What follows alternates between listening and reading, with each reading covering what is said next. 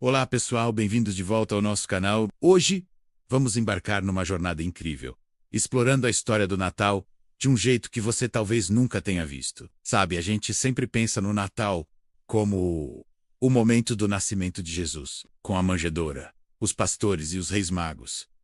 Mas e se eu te disser que essa história começou muito, muito antes, e que tudo já estava sendo preparado e anunciado séculos antes de Maria e José chegarem a Belém?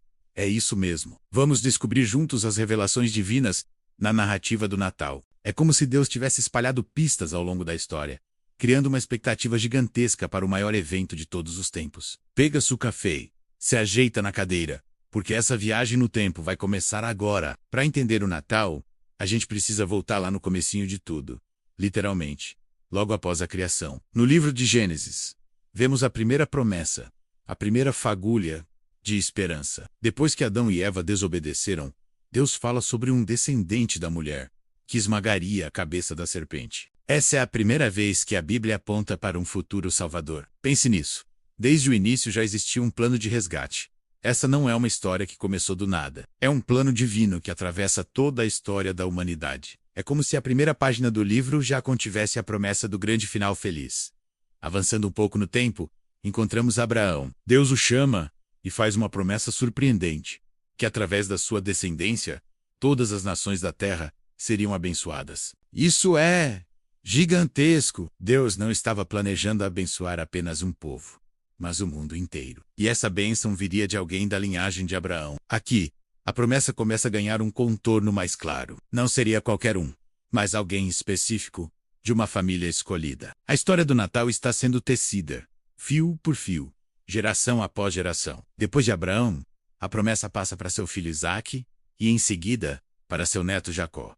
Quando Jacó está abençoando seus 12 filhos, ele diz algo muito importante sobre Judá. Ele diz que o cetro, que é um símbolo de realeza, não se afastaria de Judá até que viesse aquele a quem pertence. Ou seja, o futuro rei, o Messias, viria da tribo de Judá. A promessa está ficando cada vez mais específica. Já sabemos que será um descendente de Abraão, e agora, sabemos que ele virá da linhagem real de Judá. A expectativa só aumenta. Agora, vamos dar um salto para a época de Moisés. Quando o povo de Israel está vagando pelo deserto, um profeta chamado Balaão, meio a contragosto, profetiza sobre uma estrela que surgiria de Jacó. Ele fala sobre um cetro que se levantaria de Israel. Lembra dos reis magos que seguiram uma estrela? Pois é, a profecia de Balaão, centenas de anos antes, já conectava um futuro governante a um sinal celestial, uma estrela. É impressionante como as peças do quebra-cobeca começam a se encaixar perfeitamente. E a história continua com o maior rei de Israel, Davi. Deus faz uma aliança eterna com ele, prometendo que seu trono seria estabelecido para sempre. Ele diz a Davi que um de seus descendentes se sentaria no trono e seu reino não teria fim. É por isso que Jesus é frequentemente chamado de filho de Davi. A promessa de um rei eterno vindo da casa de Davi era a grande esperança de Israel. O Messias não seria apenas um salvador espiritual, mas também um rei legítimo, herdeiro do trono mais importante da nação. Com essa base estabelecida, chegamos aos profetas. Eles são como os porta-vozes do Dias, encarregados de manter a chama da esperança acesa. E eles nos dão os detalhes mais incríveis sobre o Natal.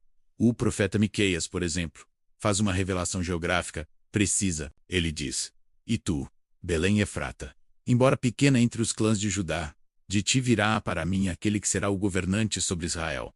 Pense na precisão. Não era apenas da tribo de Judá da costa do Davi, mas especificamente da pequena cidade de Belém. Isso é como ter o endereço completo do Salvador 700 anos antes do seu nascimento. Mas as revelações não param por aí. O profeta Isaías nos dá alguns dos detalhes mais bonitos e emocionantes. Ele fala sobre um menino que nasceria, um filho que nos seria dado, e o governo estaria sobre seus ombros. E ele seria chamado de maravilhoso conselheiro, Deus forte, Pai da eternidade, Príncipe da paz. Isaías está descrevendo a natureza dupla de Jesus, um menino humano, mas ao mesmo tempo, o próprio Deus forte. Essa é uma das maiores verdades da fé cristã, anunciada séculos antes de Maria sequer sonhar em ser a mãe do Salvador. Isaías também nos dá uma pista sobre como esse nascimento aconteceria. Ele diz: "A virgem ficará grávida e dará à luz um filho, e o chamará Emanuel." Emanuel significa Deus conosco. Essa profecia é extraordinária. Ela aponta para um nascimento milagroso, virginal, algo que desafia a lógica humana, mas que demonstra o poder de Deus.